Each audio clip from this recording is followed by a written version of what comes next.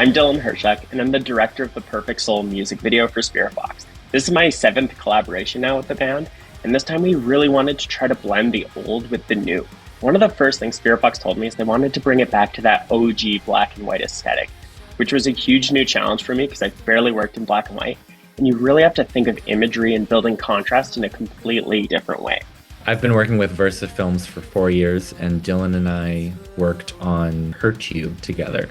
So when this new offer came in from Spiritbox to do this next music video, Dylan had a concept and I had a location, and they kind of met at the same time. Once we got to see the location, the hospital itself, it took us 3 hours to tour this place, and even just picking the rooms we wanted took days and days and days, figuring out how we could transform these spaces into the world we were imagining. Our DP and our makeup artist came in from Toronto. Our Steadicam op, Thomas, came in from Vancouver. 95% of our crew are right here in Saskatchewan. Everyone who we discussed this project with latched onto it immediately because it was something that was really exciting. When Dylan approached me with the concept, immediately I was just I'm dying to build something like this.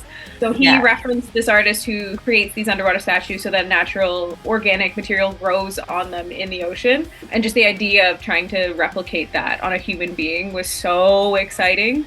The first thing I did in the creation of it was get a bunch of real organic material and make molds of everything, and then cast it in a material that we could build onto the suit. Oh, fuck. It actually scared me. I was mixing HMI and tungsten fixtures, and we were just monitoring in black and white the whole time. So I didn't have that tool of color separation to make the images pop. It's always just a way of reorienting your brain to find the beauty in something new. So sometimes limitations can be a great way of kind of opening your brain up to things. I think we had 14 setups in 2 days from one end of a hospital to the other end of a hospital. We had no electricity, we had no heat, so a lot of our resources in my G&E team went to building a functioning city to make sure we could tell this massive, massive story. Seems like every year we start to do bigger and bigger projects, and this specific Spiritbox one just seemed like that next level. We had about 20 pieces of large driftwood that we sourced from the lake. We had seaweed, we had yards and yards of sand. Then the special effects people with the water had to help troubleshoot how we contain those pools of water in the scene. And there's not always an easy way to get around the hospital, so hauling buckets and buckets of sand upstairs took some time. The album has this overarching ode to Victoria, where Mike and Courtney grew up, and we wanted to ground the whole project in this imagery. So I actually flew down to Victoria for some B-roll shots with a small crew to tie it all together. Unfortunately, the water was extremely calm that day, so we had to get a bit creative. And I was just splashing rocks with this driftwood, and I looked ridiculous. I love that about filmmaking because it's the most serious thing to me while I'm making the project. And then from an outside perspective, there I am splashing water at rocks, and it's just really silly, and I love that. This was the wildest and most ambitious project I've ever worked on.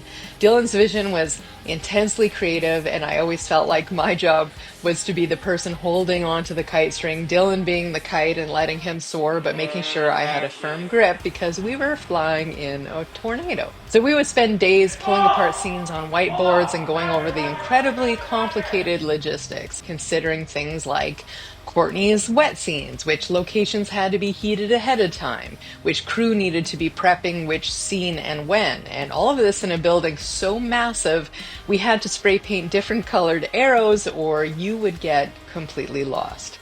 The location was enormous. There had been a whole lot of vandalism over the last few years. We knew there was a lot of cleanup to do. Our gaffer, who was running live cable, said he was running more cable than a $10 million movie. But we were able to overcome those obstacles and pull off this production in a really challenging location in November in Saskatchewan. And it snowed the day after we finished filming, so it was meant to be. This was the biggest production I've had the privilege of leading, and probably one of the biggest music videos to ever shoot in Saskatchewan, which is kind of an insane honor to be a part of that.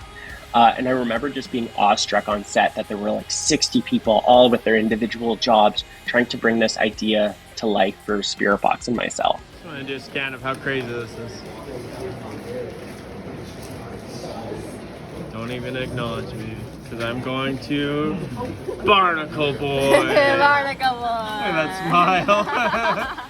Seeing it come to life on screen was like, whoa, we're really doing this. It felt like we were making a movie. So I feel very lucky to bring these projects to life for Spiritbox, and to see how far they've come, and that I get to play a small part in their story.